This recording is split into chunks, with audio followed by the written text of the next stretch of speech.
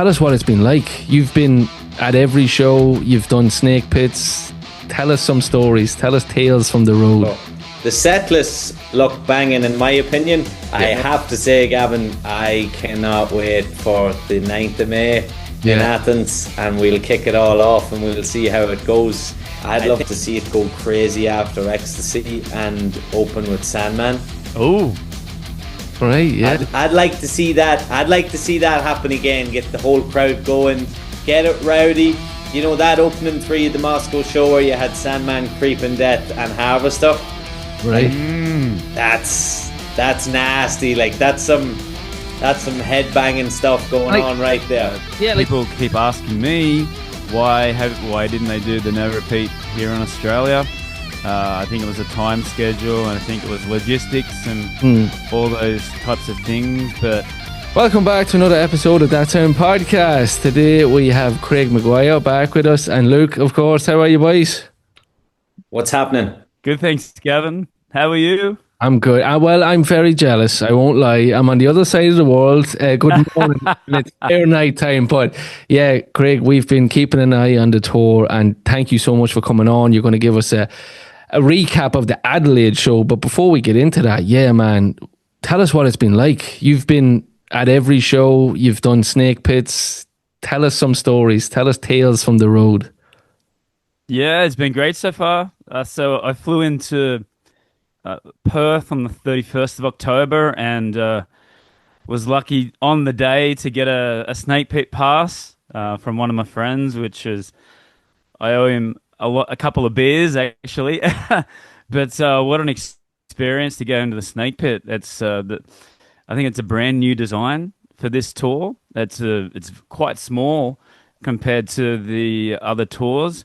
It probably fits about 200 people. But all celebrities and people that have traveled with the band a lot. So it's the who's who in the snake pit at the moment. So that was a great experience in Perth. But yeah, I've got some stories to tell about with Adelaide as well. I did talk to one fan, Camilla, who I loved an episode on your. Remember, I was chatting to you before about the trip down to Antarctica.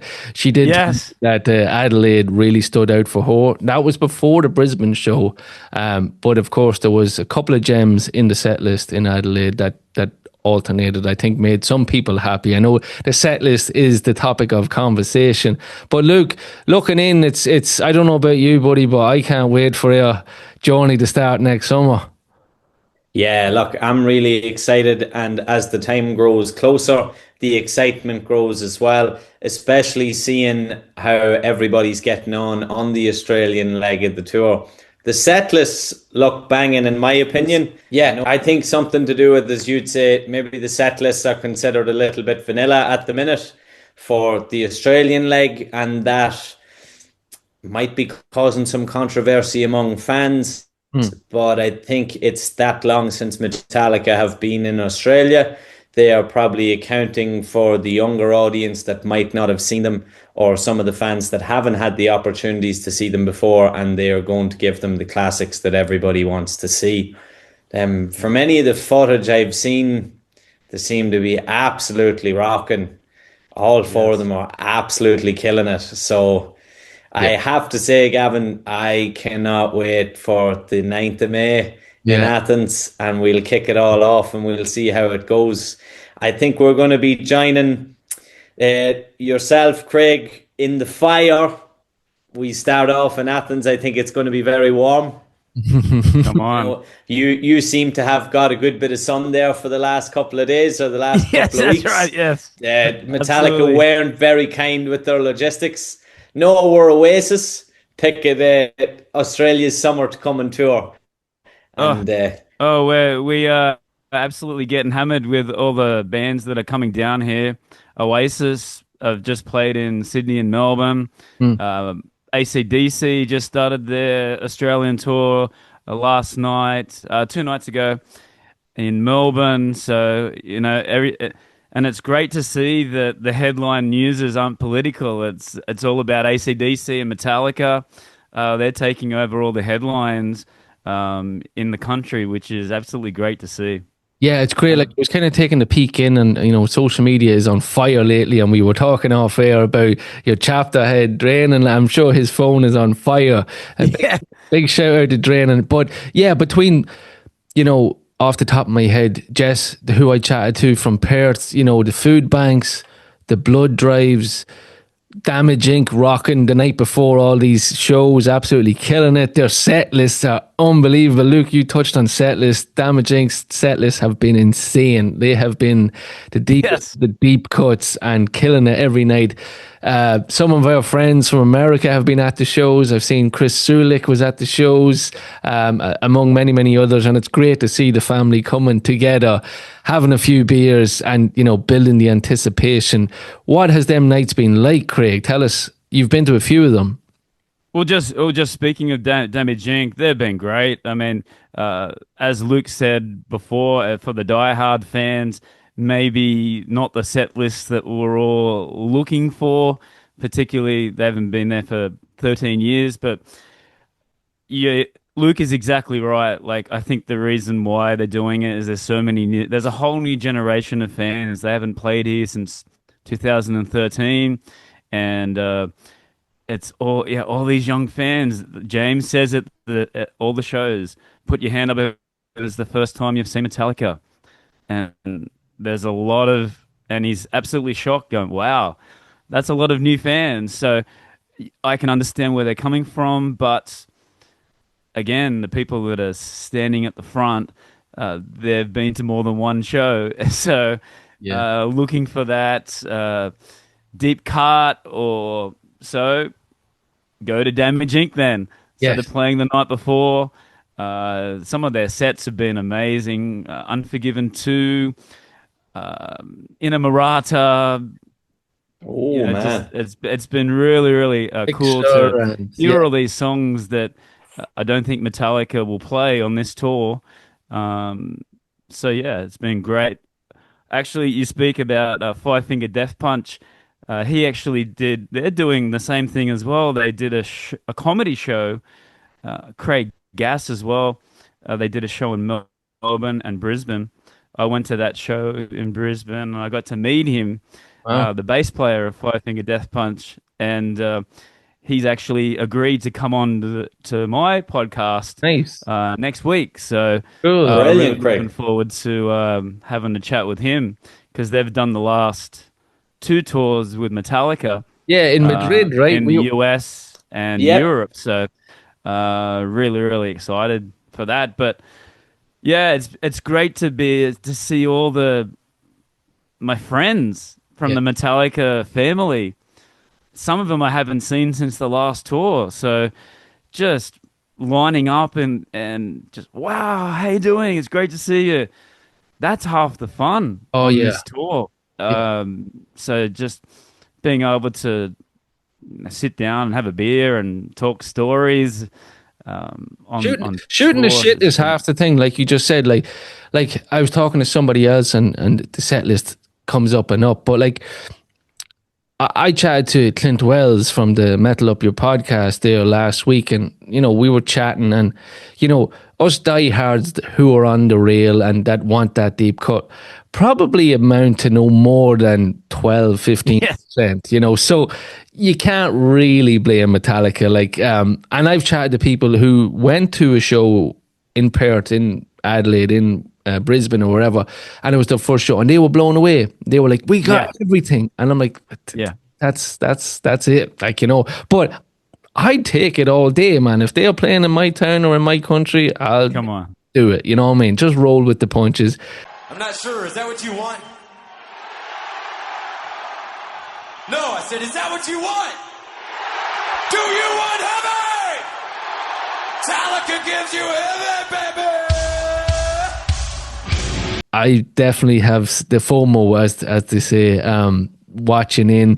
Luke, as you said, they look like they're killing it. Craig, I'd like to just get your opinion. I know you've been in the pit, you've been up close. James looks to be killing it. Lars especially as well. The boys still look healthy after that break. Tell us what it's like. Yeah, absolutely. And you can just tell it with James. I mentioned in the last podcast that we did. a happy James is a happy Metallica. Yeah. And even before the tour, James and his girlfriend spent a couple of days in Sydney, and straight away her Instagram, it's her and James on the Sydney Harbour Bridge. They're having lunch at the Opera House. They went to Cronulla on the beach. So, and you could just tell. Then they went to Perth and they did the sound check, and it was Halloween. They're all dressed up in. James has got a kangaroo suit on, and the girlfriend has a koala suit on. So James just looks really healthy and really happy. Yeah. So a happy James Hetfield is a happy Metallica, and you can just see it in their performances. They're just really, really excited. It's a long way to go. But I think how they've set it out, how there's 3 or 4 days gap between the shows, gives him enough time to, recharge, get his voice back into gear, and really focus on the shows. So, but yeah, like you said, they're on fire. Hey, it's Gavin from That Sound Podcast. I just wanted to take a moment to say thank you for listening. It really means the world. This show is a labour of love, but the truth is, it takes a lot to keep it going. Reaching out to guests, recording, editing, it all takes time, and we do it because we care about the music. If you've been enjoying the podcast and want to help us keep it alive, you can support us for just $5 a month over at patreon.com/thatsoundpodcast. For the price of a beer or a cup of coffee once a month, it generally makes a big difference. The show will always be free, but with your help, we can keep building it, episode by episode. Thanks for considering it, and thanks for being a part of this great community. Yeah. I know we're here to talk about Adelaide, but was there any standout moments from even the support bands? Or what is your take on Evanescence and Suicidal? Yeah, well, Suicidal Tendencies, they're crazy. Yeah. And they're coming out, and I saw them in the US this year as well. They're really, really good as well. They've got Ty Trujillo, Rob Trujillo's son, and he comes out and does these huge bass solos. But yeah, they're running around like they're teenagers. Suicidal Tendencies, really, really good. And then Evanescence, of all bands, to support Metallica.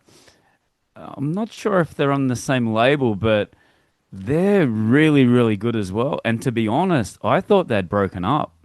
I hadn't heard much from them, but they apparently, the bass player is now playing guitar, and they got the girl from the Sick Puppies to play bass, and they're sounding really tight as well. And Amy Lee is they're playing all their big hits as well. And I've met a few fans in the pit that I'm here for Evanescence. So it just really, really shows the versatility. And then these young fans, what song do you want to hear? Oh, I want to hear NSM, man. It's like awesome. And the big smile on their faces standing next to me that's done, 60 shows. So I get it. That that they're getting a whole new bunch of fans here in Australia, which is really cool. That's great. Yeah, I did hear, Luke, I'm not sure about you, like Evanescence are playing for like an hour almost. I heard like they're just banging out tracks. Like I didn't hear anything about the support acts other than I had seen a couple of videos of Jay Weinberg, some drum cam stuff with Suicidal Tendencies, which looked good, looked like a lot of fun. Looks like he's ripping it up and having a lot of fun. One thing I was going to mention, I think that adds to it, whatever about the guys playing well and being tight and still performing, as you said, Gavin, after the break, now they're doing it in 37, 38, 40 degrees Celsius heat. Yeah. Well, am I right in saying, Craig, that Melbourne was quite cold? They actually had to close the roof in Melbourne. It was raining all day. It got down to 10 degrees, 9 degrees on that day. I stand corrected. Well, I think that was the only Brisbane. one. Yeah, Brisbane was quite the opposite. It was nearly 30 degrees in Brisbane. Adelaide, it was a little cold actually, but the sun was out. Right. Maybe 18, 19. But Oh, we're still, especially the cities in the south, they're still coming out of their, still very spring Okay. at the moment.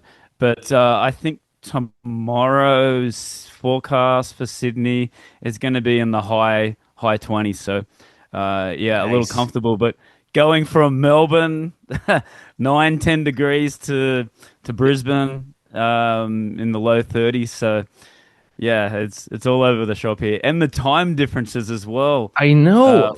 I've been Perth trying is to. 3 hours ahead, Yeah. 3 hours behind. Sorry, Adelaide is 30 minutes, I've and never seen then that before in my life because I was so confused because I've been chatting to people trying to line up chats. I'm like, you're 30-minute time difference. I've never heard of that in my life. Like an hour, yes. I never heard of 30 minutes. Have you, Luke? and then I even think on one of the the east. cities in Texas is a half hour.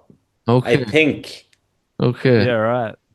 But even on the east coast as well, Brisbane doesn't have daylight saving, so they stay on normal time. Where the rest of the east coast, New South Wales, Tasmania, and Victoria, they put their clocks forward for daylight saving. So Yeah. yeah, we've got four different time zones at the moment here in Oh man. Australia, which is a little confusing for some of the international Yeah, but like, fans. International time travelers. yes, yeah. Road Dog Warriors. But like between like you've been hustling, like whatever with the band hustling, the fans have been hustling. They've been getting their buses, their trains, their flights, their hotels, Oh yeah. going to the shows. Like we said off air, like I'd say one day of rest in between would be nice. But from what I'm watching online, everybody's partying hard and enjoying it. You know what I mean? They'll rest when it's over. Well, they've got the pop-up stores as well, and that's made all the headlines here as well. They're 200 meters deep, and like they're lining up at 3, 4 a.m. in the morning just to get the limited edition posters and vinyl. It's absolutely crazy. So Yeah, I felt like it was getting that way in America. People were starting to go at 5 and 4, but now it seems to be like 2 and 1. But yeah, that's right. I did see just before we came on here that there was people arguing about, people hustling and reselling stuff. But look, there's nothing you can do to really police that. One thing I'd like to talk to you about, and Luke, you'll have more knowledge than me about this. The guitars that are being used, is this kind of a different kind of range of guitars that's been used on this tour? Is there a few random ones that have been brought out, or is this the normal kind of James pack and Kirk pack?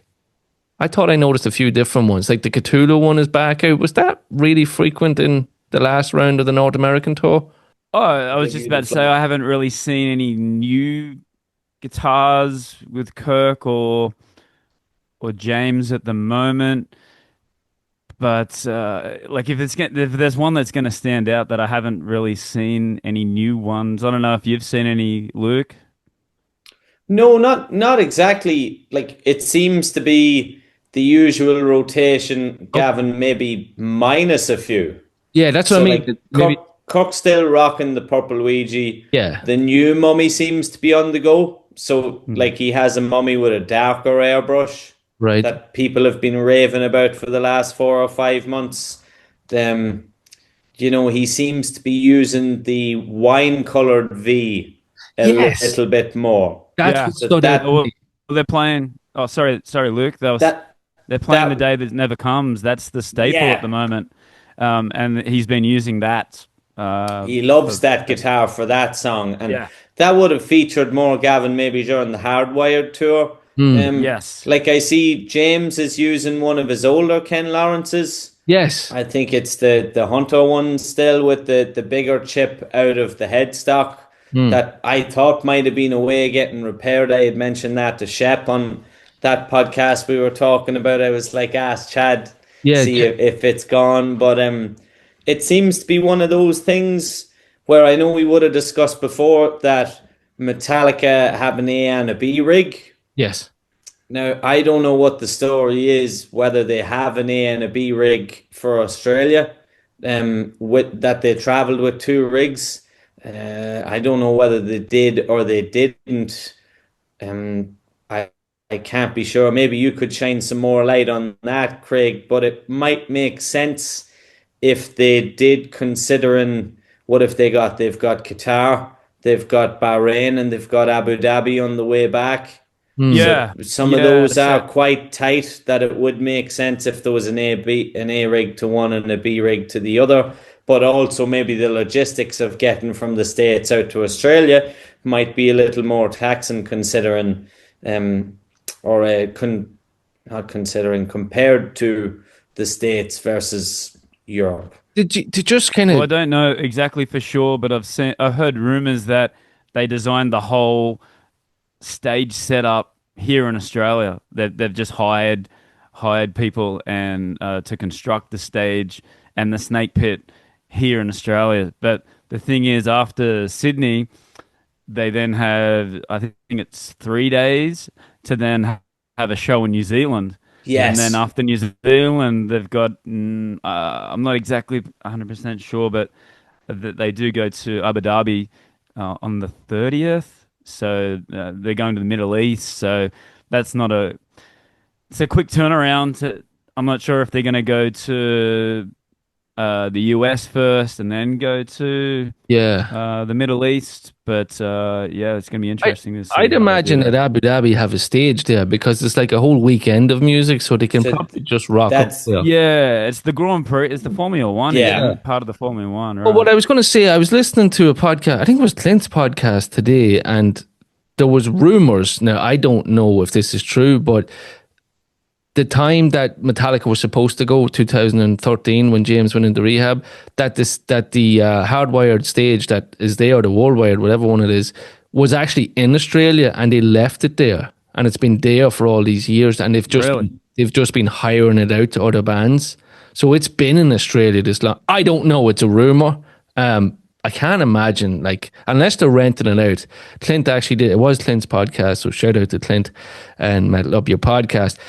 He did say that a lot of bands at that scale, when you have that big of a stage, that they'll just hire it out. You know, so possibly it's been in Australia, and maybe there's another stage then that they might do Bahrain and the other ones. I don't know. It's just speculation here. I would think, Gavin, like the gig in Qatar is part of the Formula One, and the gig in Abu Dhabi is part of the Formula One. So I'm not too sure what the gig in Bahrain is for, whether it's a standalone gig. I think when I had looked at it, it's some I think sort it's a kind of like, like tourism attraction that yeah, they've been asked to hit on the way. Also, those Middle Eastern countries put on a hell of a show. Like they're the ones who make sure that everything's in tip-top shape for the artists. yeah. It seems to be very attractive for the artists to come and play in those countries. Yeah, I think a They lot of it's make it government funded. appealing. Like, yeah, it's all government Yeah, funded to attract people to come. So yeah, but I look, think Metallica's getting a good payday, I assume as yeah, well. yeah. I just didn't want to go that. Like, yeah, but that's the facts. Look, it's a nice little another pocket full it done. reminds me of a 50 Cent's character in Southpaw when he's talking to Jake Gyllenhaal's character. You know, if it makes money, it makes sense, Billy. Yeah, absolutely, absolutely. Yes. But they get a nice break then before Europe. Like that's really it, and unless they have some corporate stuff. But yeah, yeah, that's it. So, Craig, let's get into Adelaide then. Tell us that's the Adelaide Oval, right? That's the kind of famous cricket place, right? Yeah. Yeah. So that's the Ashes will be there in the Yes. next couple of weeks. I'm not exactly sure which one it is. They've changed it all around, but Adelaide's normally two or three, the second or third test match. But that's the first time that I've been to the Adelaide Oval, and always thought it would have been a cricket game. But yeah, seeing Metallica play there was great. Looking at it, I hadn't been like this. They've done it up so much. The grandstand is absolutely huge. Like how Metallic, where the stage was, and facing outwards, there's a massive grandstand like opposite. And James come out and just went, "Whoa, this is absolutely massive." So they said 50,000 people capacity, but I thought there was more there. And it was really, really loud. We'll get into it a little bit later, but Yeah. where I was sitting, where I was standing, sorry, I was right where the speakers were, and it was thumping. I mean, it was like you could feel You the get the air. air, Yeah. the pump, yeah, especially with Lars's kick drum, and yeah, it was. And were you in the snake pit for that one, Craig? No, no, No. I was in the GA for that one, and I wanted to go into a different spot because the snake pit I was pretty much in front of Rob, right at the front. So this time I wanted to go onto the right hand side and just get a different feel, a different sound, and that sound in Adelaide was the loudest. And I actually didn't wear earplugs for Adelaide, and I actually asked the the crew to get some earplugs in. I got two songs in. It was like, damn, this is freaking loud. So Nice. yeah, I had to get some earplugs in for that one. That's unreal. Yeah, that sounds good. That sounds good. Yeah, overall, I've heard good reports of sound. It is difficult. Maybe a quick question about the Melbourne show with the roof closed. How was that sound? Yeah, it was good as well. But I do think that the outdoor festival is good as well because they've got the fireworks and they've got the flames for fuel as well. Yeah. So I'm not really sure what's happening there because they let them all off exactly as if it was an open air show. So I'm not exactly sure. They would have had to practice that in rehearsals, but yeah, not much difference, but I do think that the outdoor sound is a little more louder, Cool. a little more in your face. So let's get into a bit of the set list then. Any other standout moments maybe before we get into the set list? Or any other? Well, the big thing for me was, and I was unaware of it at the time, but when AC/DC, Long Way to the Top, they all the lights go down, and they showed pictures of the previous tours. Yes. And Adelaide, as I said in the last podcast, was when Lars called me up on stage to count in Seek and Destroy. And I didn't know it was going to happen. And I got the shock of my life when they actually showed the picture of me and Lars on stage in Adelaide from the 2010 Death Magnetic Tour. I had a tear in my eye. I had long hair, so nobody really recognized it, but I sure did. And yeah, it was so good to see 50,000 people seeing me and Lars before the show. So I want to thank Jeff Yeager and all the Metallica staff for putting that picture up. That meant a lot to me. Brilliant.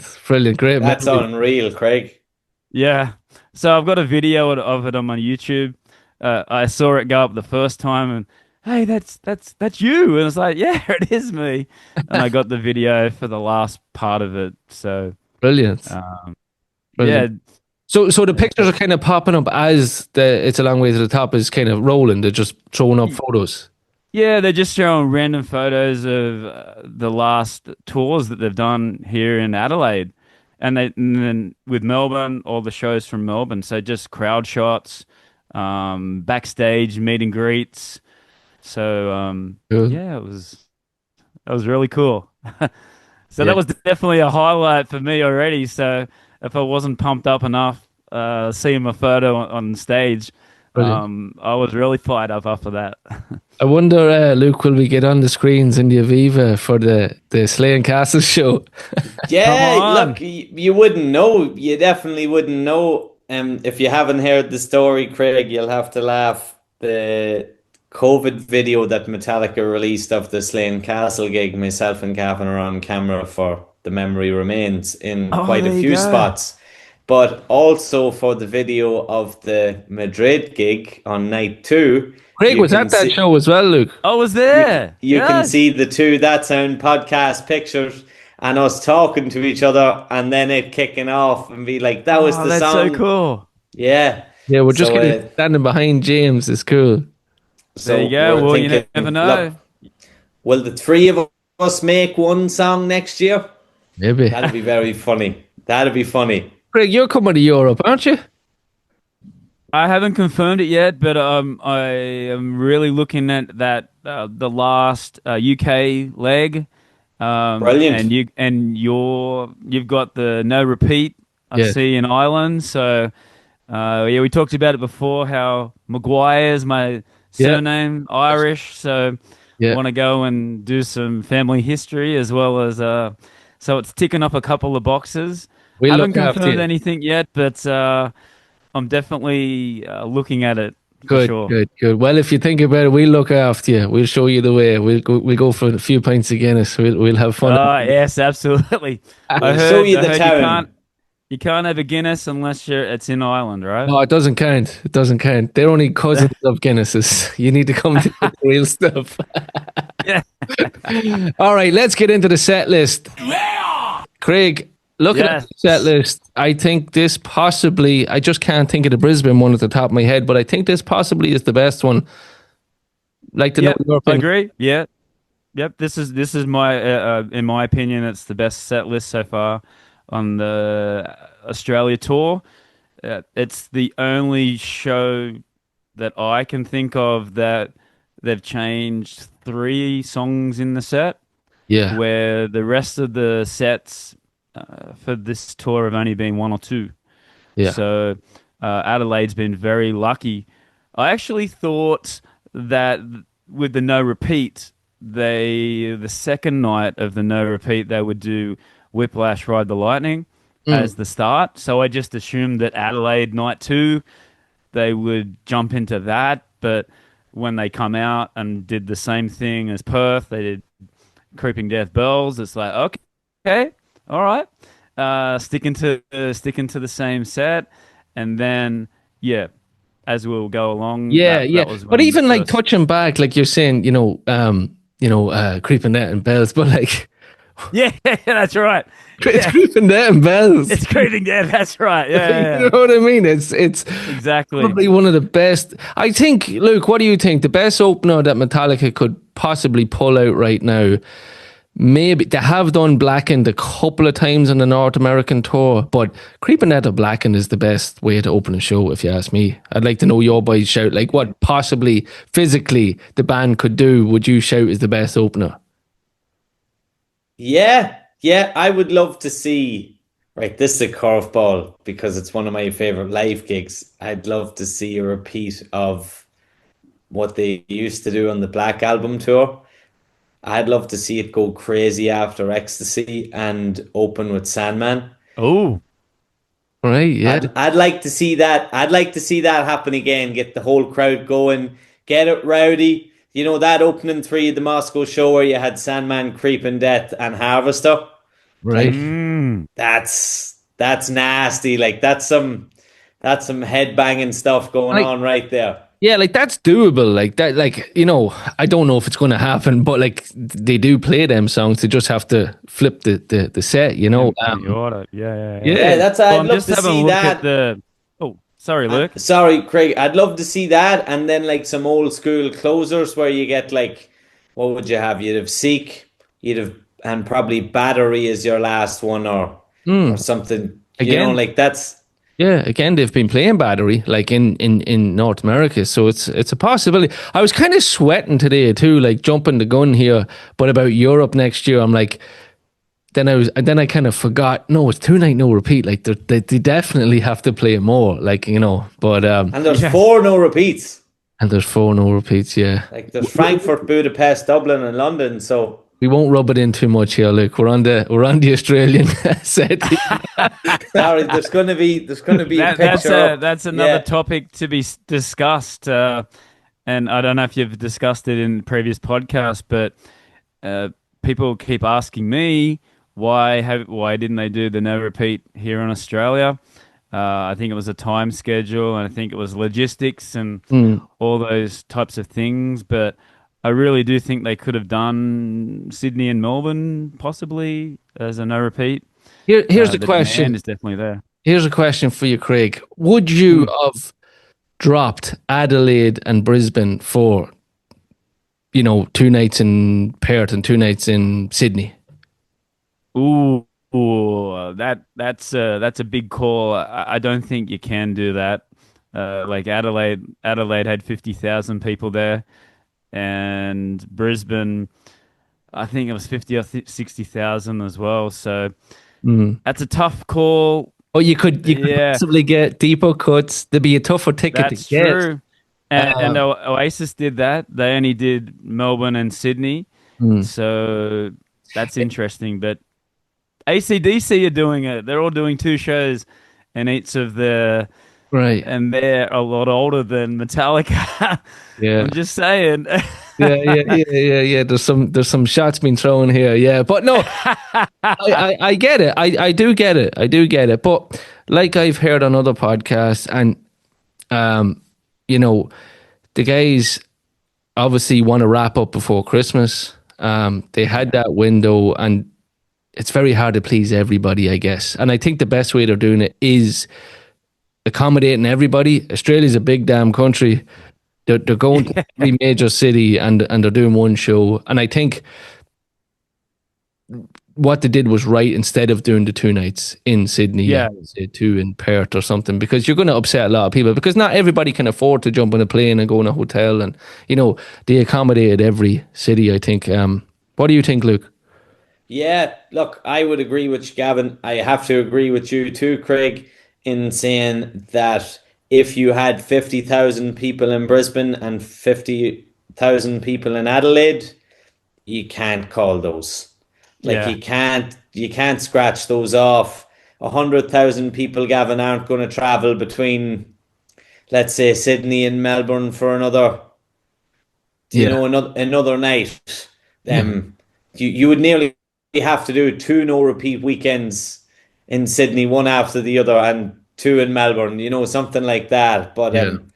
it's and you know unbelievable what? to see they had that much of a turnout in all the different cities so far. And supposedly tickets sold out rapid quick, Craig, right? Yeah, yeah. I think it's been because it's been so long that, and I've been talking about it on my podcast. What would be the backlash because of the cancelled shows in 2019? Would the fans be really angry that because I flew into Perth in 2019 because I couldn't cancel my flight. And then walking around the city that day, it Uh, was all Metallica shirts. So it's an interesting thing, but it hasn't stopped the fans. Like they are just lapping it up oh yeah, look, here. you can't take it was a big problem that he had to attend to, and you kind of have to bite that one, and it's tough. I get it, but like that was a major thing that had to be done. Yeah, Unfortunately, it was in your country on your stop, and somebody had to get the raw end of the stick. But it had to be done. And maybe yeah. maybe we wouldn't be talking right now about going to shows That's right. X amount Yeah, of and it's people. probably the longevity of the band. Yeah. It's and how healthy James is now. Oh man, It's it all worked out for the best. I really believe that. I really, really believe that. So, Creeping Net and Bells, Killer, Full Assault, and then killer stuff. yeah, and And then, it's interesting, Gavin. yeah. I had a look at the 2013 set of Soundwave in Adelaide, and they actually started with Hit the Lights Oh, Oh um, man. in 2013. So Lars, I know that he really looks into the previous sets. mm, So maybe not for this tour, but yeah, very interesting that Hit the Lights in 2013, back to Creeping Death for this tour. yeah, interesting, good one. But when you hear the intros and the start of Leper Messiah, I only imagine fans lost their shit. Yeah, yeah. This one is definitely for the diehards. Yes. Leper Messiah, one that's been played, you know, not regularly. It's not a staple, that's for sure. So to get that early in the set, it's like, okay, here we go. This is gonna be a good show. But Yeah. again, they don't play that song very often, but No. they're just on fire. Just played it perfectly. It's a great track too. It's absolutely brilliant. And then it rolls into King Nothing as well, which kind of. How many times have they played that in Australia? They haven't. That's the only time they've played. Oh, that was another tour first too. so far. Okay, I don't know why I thought that would be playing in Brisbane. Okay, cool. Yep. Cool. So the third and the fourth song have been the changes in the sets for all of them so far. But yeah, it was great to hear King Nothing. It's one of my favorites off Load. I thought they would have played more stuff off Load. It's the 30th. They did the reissue of Load, come out recently. And they're doing the promotion where they're doing a cover song of each Load. Yes, get the Load out. So I just assumed that they maybe would play Until It Sleeps. Yeah, great to hear King Nothing. That's a great song. Yeah. It was a big feature, I guess, in the North American tour and Europe last year. And then you got another tasty one, Fade to Black. And I think James was quite into the crowd and interacting with the crowd and spoke well, I think. What was it like to be there? Yeah. In the middle, he talked about suicide, and it went for a long time. You could see Lars like, wait, is he gonna stop? Oh no, he's still going. And he's like pretending to come in while he was talking. But yeah, that's a great speech, and talking about suicide and mental health, and it's great to have James. Yeah. So many people look up to him as well, like at these shows and that, even young kids and that. So it is great to have that figure that does acknowledge it, and and this has been the only time they've played Fade to Black on this tour. Yeah. So I've heard people in Melbourne and in Brisbane, and they said that the shows were great in those cities, but they wanted to hear Fade to Black. Yes. But they got the Unforgiven.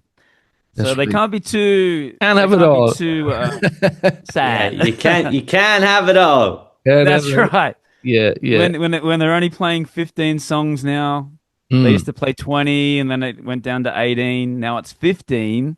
Yeah. When you've got all the classic songs you've got to fit into a 15-song set, it doesn't leave too many tracks to change. One thing I did say on another podcast was, right, we're getting towards, you got Fuel then, which is always good, and then you got the Doodle. In Excess, the Australian band, of course, they played that track. And I've heard that Australian fans, probably similar to Irish fans, where you have, I don't know, I'd like to hear your opinion, like a love-hate. Like, I know a lot of Irish people don't like you too. I don't know what it is for Australia. I've heard on other podcasts that a lot of Australians don't like In Excess. I don't know. It's a love-hate. They're more of a pop rock band rather than a heavy sort of style. I just, from what my dad says, he was more of an AC/DC, Angels, Rose Tattoo sort of fan. The louder, heavy, hard Australian rock and roll. But you can't. In Excess were huge in North America, and they had success in Europe as well. So everybody knows the song, whether you love them or hate them. They didn't sing this song. Okay. But they just played the guitar and bass intro, and everybody, we know this one. And then you got the Angels. Yeah, the Angels are from Adelaide, obviously, and one of the staples of Australian rock. They had a little bit of success in America, but they're still going strong here. Doc Neeson. He passed away, but they're still going strong. Is that the one where the crowd sings back? Yes. So it's the song is "Am I Ever Gonna See Your Face?" And the famous words are "No way, get effed." F off. I did see a video of it. If I can find one, I'll clip it in here. Yeah. I did hear it. It's very funny. So any sort of school dance or sporting event here, they'll always play that, and then they'll stop. Am I ever gonna see your face again? And then they'll just pause it. Go away, fuck off. Brilliant. And whether you know the song or not, everybody joins in and says it. So they did it again, and the crowd just went crazy. So brilliant. And I'm guess like if you didn't know it, if you're an international fan, you'd probably go and search for the Angels. You should. Yeah. They're a great band. Definitely, yeah. So then, that was going to be my question. Would you take the doodle out to put an instrumental in? Yeah, I would. Yeah. But in saying that, and I was talking about this the other day, that when they did the doodle in Russia, for example, I live in Shanghai and there's a lot of more Russian community there. All they talked about was this famous Russian song that they did in the doodle in Russia. That was main headlines on Russia media, in the news, and everywhere they go in Australia now, they're talking, like the news are talking about the doodle. And then the Living End in Melbourne, they put it on their Instagram, and I can't believe Metallica covered a song. Yeah, you know what I mean. So it's they probably did their homework on it, and they know that it's going to go. Social media is so powerful now. It's probably a big factor, like you just said, that local media will pick up and local news will pick up. And push it out there to more and more people. Luke, I can't think. What did we get in Slane? Oh, the Wild Rover, wasn't it? Yeah, that was what they done in Slane. Yeah. It'd be interesting to see what they do in Dublin next year. Yeah, it's hard to know what will they do next year. I hope a Thin Lizzy one, maybe something different. Yeah, but it's interesting. Gotta be Thin Lizzy, right? It's gotta be. You'd be thinking so. I'd hope so. But we got 2 nights. But wouldn't they do Whiskey in the Jar in the set anyway? They likely will. Yeah. They might do that, or you wouldn't know. Like you have like the Cranberries and couldn't see them doing a U2 song. Nah, hope not. Molly Malone. Molly Malone. Yeah.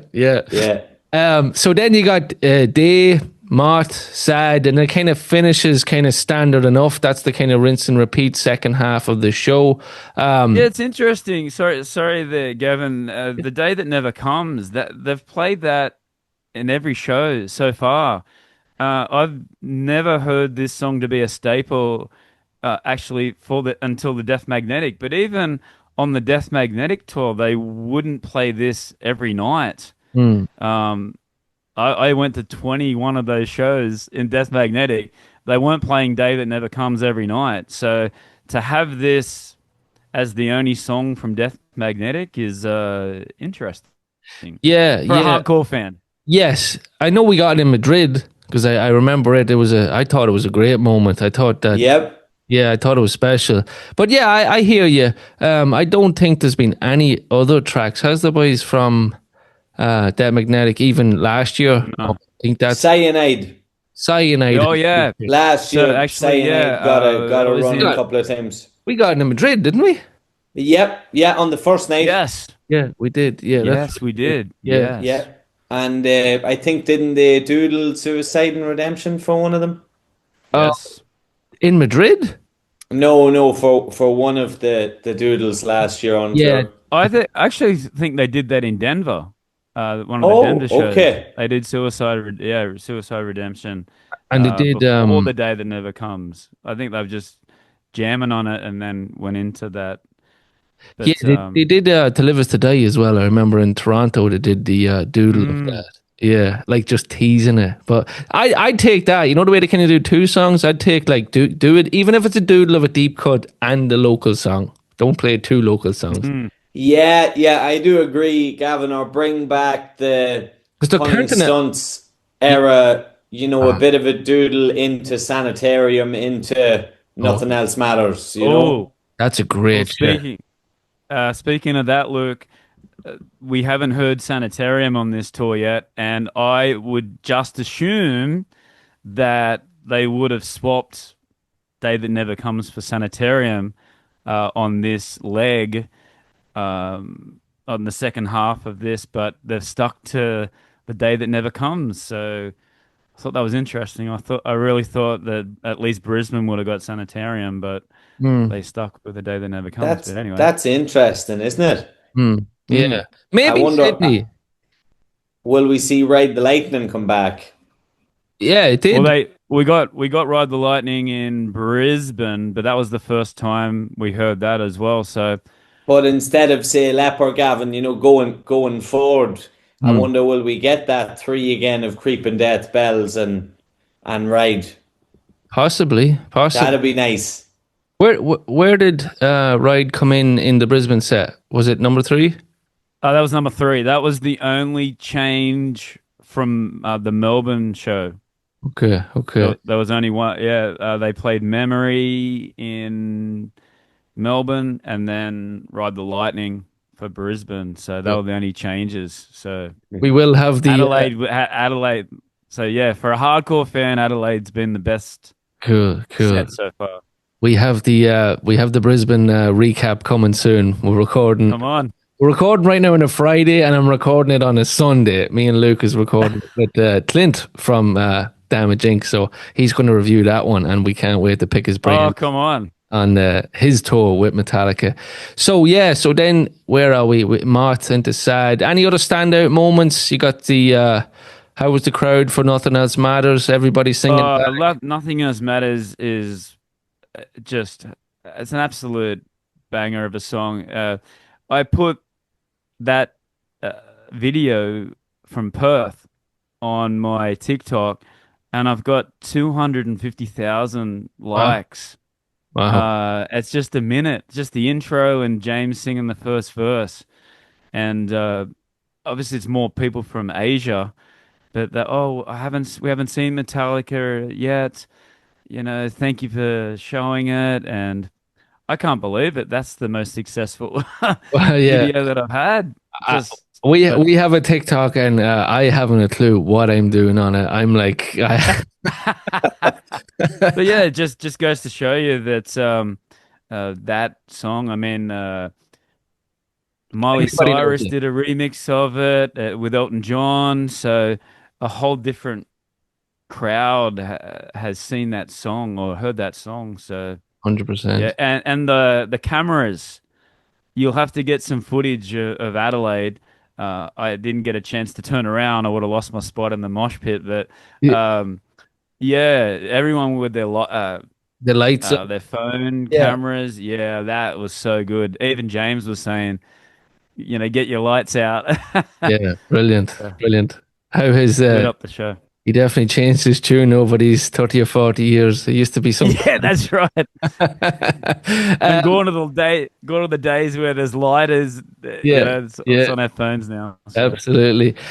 So into then rolls up into Lux Eterna. I'm very surprised that hasn't been changed about the M72. Like, it is the M72 tour, and you're getting one track. And am I right in saying so far it's been the same track in every city? Yes. That's I have to say that's a bit unfortunate in a nice way. Well, the two things there.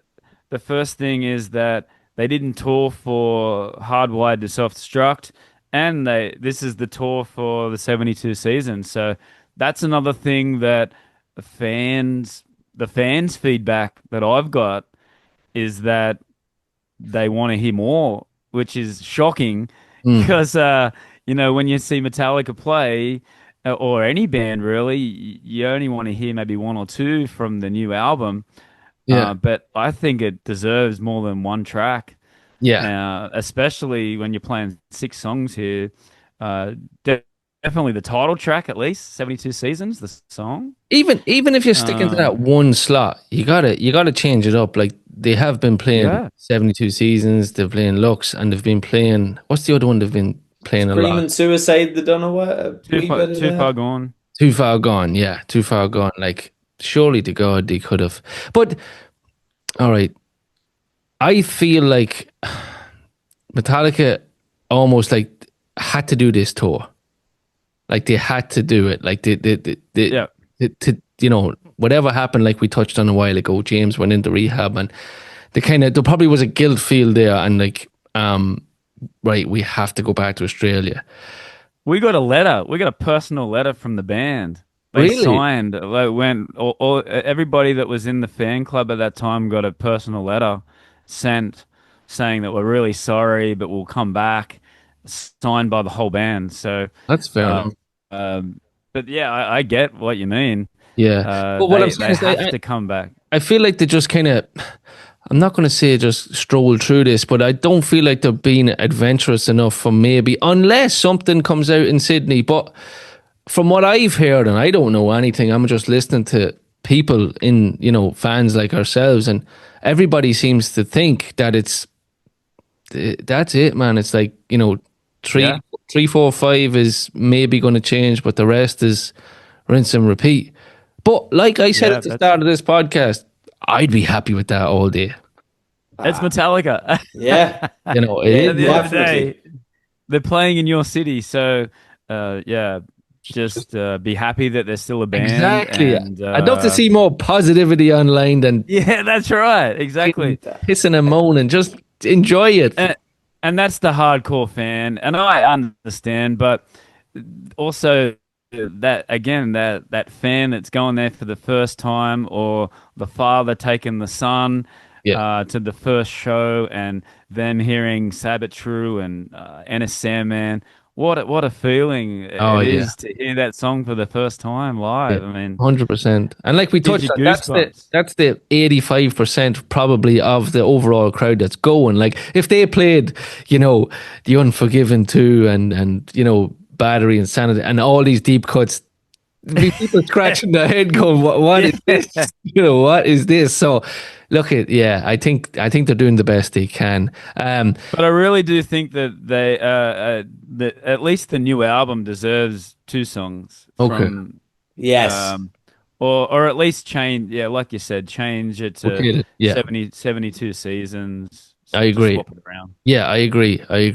It's, yeah. And the other thing too is when we were in Perth, we were just talking in the crowd. I was like, hang on, they haven't done any songs from 72 seasons yet. Like it was track 13, Yeah. and we're going, are they going to do it in the encore, or what are they going to do? Like we're all talking that. I was like, what's going on here? Yeah, yeah. Funny, I was thinking too, Luke, about Athens, Yes. and it's a one-nighter, and I'd say we're going to get something similar to this. Like you're going to get a kind of a general set list on the one-nighters, and probably they'll play it safe as the first night of a tour as well. But I think as they grow legs, and that's why I'm kind of thinking and hoping for you guys that Sydney, maybe there'll be something special. Maybe Something adventurous. yeah, the gears are oiled, they're feeling a bit better, the time zone, everything, the body's adjusted more. Hopefully you guys get something. But yeah, it ended off Puppets 1 and Sandman. Like we said, some people might be like, but I'm like, Puppets 1 and Sandman, and you're opening with Yeah. Creeping Dead, Bells and Leopard. That's a serious set list, if you ask me. Yeah, that's you can't do that. That's three of their biggest track. And Master of Puppets is played on the Stranger TV Things. series now. Yeah. Yeah, Stranger Things. So that's given him a huge fan base. So when they played that song all tour, not just Adelaide, the crowd just goes crazy. Oh, I know this song. Yeah. Even the casual fan will, oh yeah, I know this one. Yeah. Brilliant. So before we wrap it up then, Craig, where would you rank the Adelaide show? Number 1? Yeah, so far I think, well, this being in the Snake Pit, Nice. but in terms of the set list, I think that's been the best set list so far. Let's hope for Sydney that we get Sanitarium 72 seasons. Yeah. A couple of, but yeah, this is a home show for me, so I've got a lot of friends that I know that are coming to this show tomorrow night. So yeah, really looking forward to tomorrow night. Are you in the Snake Pit for tomorrow? Not yet. Not yet. Are you doing Not the yet. fan? I've got Frantic for Oh, nice. tomorrow, so I've got early access to the GA. So that was the same as Brisbane, Frantic. So you got to get there early, but you're at the front of the rail for the GA. What So about they the have. what about the fan cards? Oh yeah, the fan cards. Yeah, I haven't been asked to do that. But yeah, if I do get an opportunity, yeah, sure. Right. And But yeah, they do 2 songs on one side at the front with the drums, yes. and then two songs on the other side with Sandman and one. So it's 3 drum kits all together, right? There's one at the back at the start, and then left and right at the end. Yes.